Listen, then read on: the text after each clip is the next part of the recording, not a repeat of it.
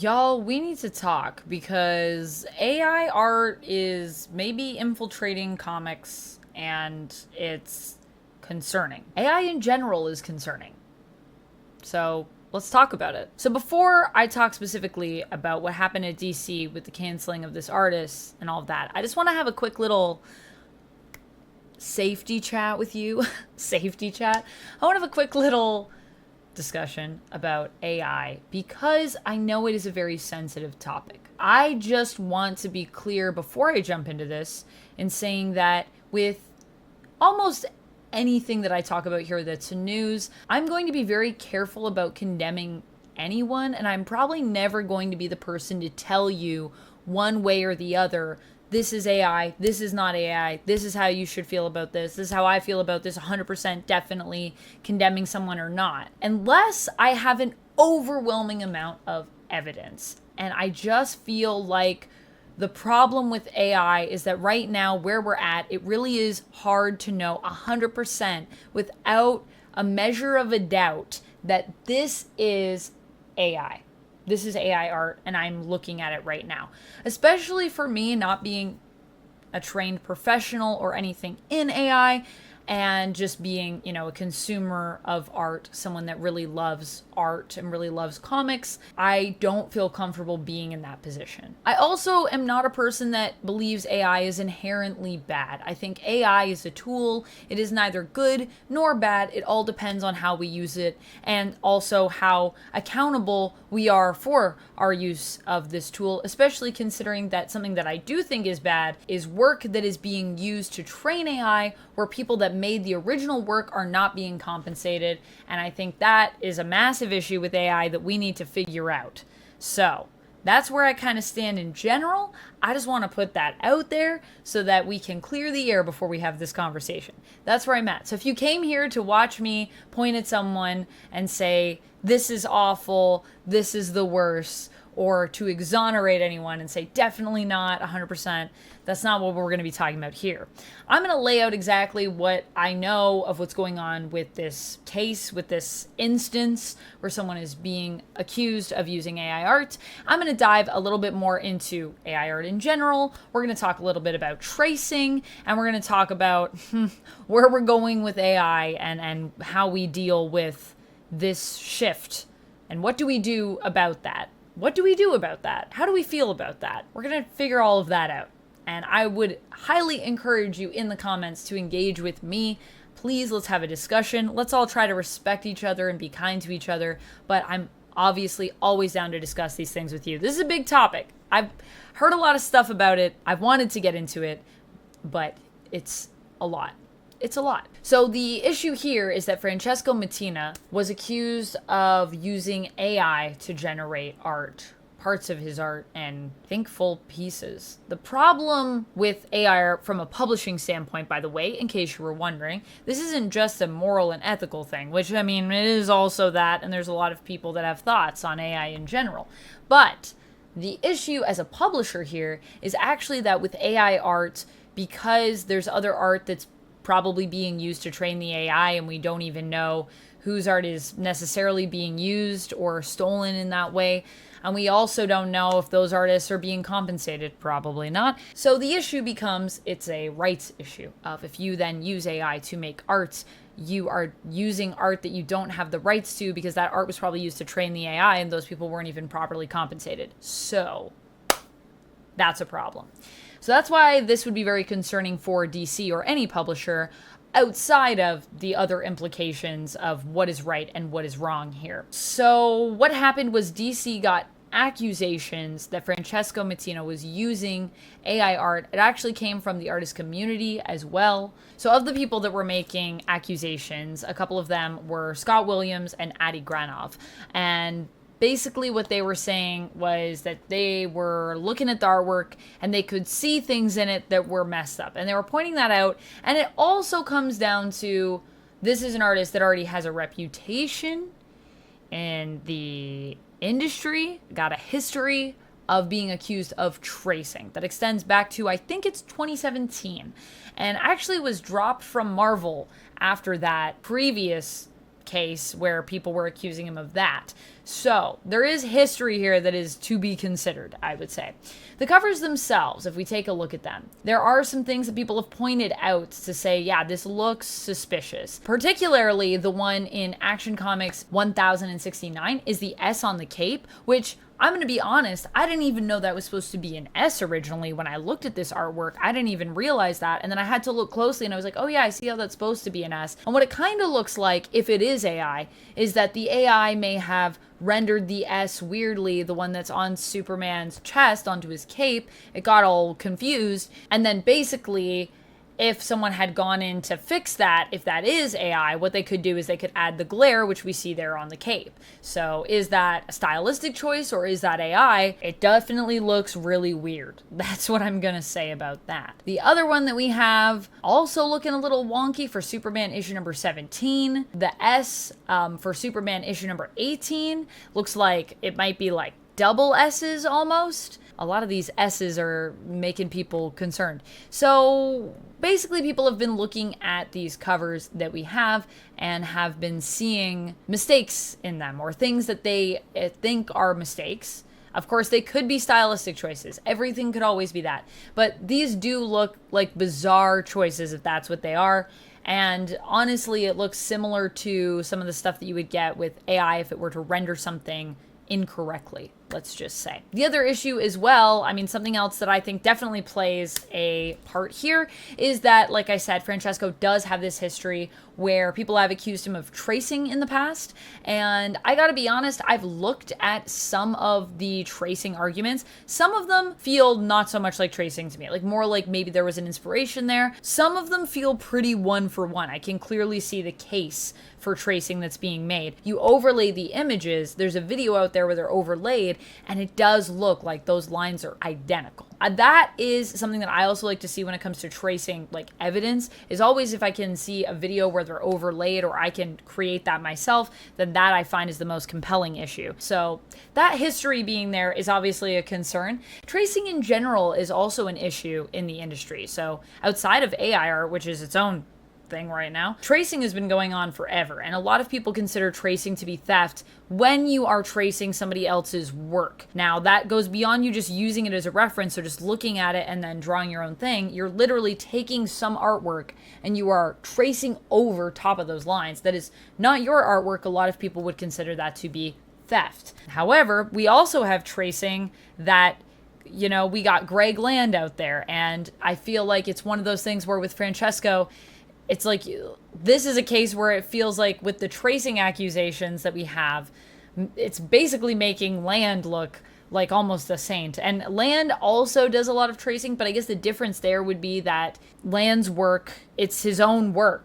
So at least when he's tracing something, it's from something he's already done. So maybe that's why that's less of an issue. But here's the thing. The amount of Land covers I've seen recently is crazy. And don't get me wrong, I will say, I do actually like Greg Land's artwork, like as an artist. I just feel like there's so much tracing that happens sometimes there. I feel like tracing in general is kind of lazy, but also at the same time, I'm not an artist and I can't draw anything. And I will say this, in comics, you do tend to have like a quick turnaround for a lot of stuff. That's just the comic book industry. Art takes time. I have a lot of friends that are artists. There's a lot of work that goes into art. And so I can understand why sometimes people might be inclined to cut corners. I'm not saying that it's right. I'm just saying that I can understand why sometimes that might be happening. So the other question then becomes, when we talk about tracing and we talk about AI and we talk about this idea of the AI being trained through other people's work or tracing, you might be tracing somebody else's work. What do we consider to be theft? And I think that is a big moral question that we have to face. Where do we draw the line, pardon my pun, between what is theft and what isn't considered theft? Because I think there's going to be different definitions of that for different people. I think that sometimes things also might not just be tracing, they might just look similar. And some people just want to call that tracing, even though to me it doesn't look exact. It's hard because it's also like not even just how do we decide what theft is, which is a huge question, and where do we draw those lines in terms of inspiration to tracing. How do we define the difference between these two things? With tracing, it's a little bit easier because, like I said, you can overlay images. But with AI, it's harder because we have things that people often refer to as artifacts, these little indicators in the art that this is AI. But I don't even know if those are exact. If you are an AI expert, please share with me your knowledge in the comments. And I'd love if anyone has any more references on this, because I'd love to read more about it. But the idea with artifacts is that they tend to be mistakes that AI would generally make, and you can use those to kind of track, like, this is messed up. Like how AI struggles to do hands a lot, right? Especially earlier in the day. I think they're getting better with hands, actually, which is concerning because that's one less thing that we can look at. Like, you would probably never glob together hands as an artist. That's a very specific choice if you're doing that. But we could also look beyond the type of medium, which makes it a little bit easier to figure out. We can look at an artist's portfolio. When we look at an artist's portfolio extending back, we can see ideally what their art would look like most of the time. And if they just have art that happens to look, I don't know, maybe similar to how AI art does, or if the stuff that we're looking at seems to be consistent with their style of art through the years with them working. Obviously, there's always going to be an evolution, I think, of artists' art styles as they do more art. It'll definitely change over time. But in general, I think people have a consistent look that you can kind of see. So if something looks completely different than that or completely off from that, then that can be an indicator. And if it looks consistent, then maybe it's not AI art. Or I mean, maybe it is, and they literally use their own art to train an AI. Who knows? Who knows? But these are things to consider for sure. So what ended up happening with Francesco, to get back to this specific case, is that Francesco was removed from the covers at DC, and they basically are bringing in new artists, some of which have not even been declared yet to be determined who are getting on these covers. But DC did choose to remove Francesco, which means that probably something was weird here, because this is very late in the process, right? Like, these covers were already sent off to solicit, so they're probably already in like printed solicits, or we're late in the game here. These were already declared and everything and already shown off. So you would, I think, only pull them, and especially when you have so many from this artist, if it was something that was really concerning to them. So how do we think we investigated this? Well, this is another issue. We don't really know. But if I had to guess, I would say that they probably were asking for proof of the artwork being legitimate, saying, you know, we'd like to see your videos, your sketches, like things that are going to be recorded in your program that you could use to prove that you created the art. There's going to be stamps and everything on it digitally, so you could tell if that was real or not. And either Francesco refused to give it to them or simply didn't have it because it was AI art. But we don't really know what happened, so that's just a guess. Which is also another issue with AI, and this is sort of in talking about the larger issue of AI here. How do we know for sure something is AI? I feel like it's really hard for us to define that, so that's a problem. How do we even, not even just people that then have to make those judgment calls on an artist and whether or not they should have work or not, but how do we as consumers, when we're looking at something and deciding what we want to buy, how do we differentiate between the two? Can we differentiate between the two? I'm not fully convinced that we can, and I also feel like that's a problem, because then sometimes we're going to be tricked, and I don't think that's fair. I think we should have that knowledge before we consume something, whether we want to choose to grab something that maybe was used making AI or not. But we should get to know. How will publishers disclose when they find these things? Because this is the other issue. DC hasn't explained to us how they were able to discern if it was AI or not, or even said if it is AI. They just made this change, which would imply that it is, or that they believe it is AI, but we don't really know. And I would really love if something was put out there to at least say, you know, we found this was, or here's why we pulled this artist, or whatever you want to say about it. Just some more transparency there, I think, would be helpful for us to fully understand the larger issue of AI, even beyond this case. Morally, how do we feel about AI as well? This is a bigger question, and this is why I've been hesitating doing a video like this, because I know it is a very sensitive topic, and I just wanted to make sure that when I came to it, I could bring something that I thought was worthwhile to the table to discuss, and also that I really reflected on how I even feel about doing this video, because I do feel, to me, it does feel very personal. For a lot of people and for myself, it's a really big question. how do we feel about AI? How do I feel about AI? I think AI can be many different things to many different people. It can be a tool.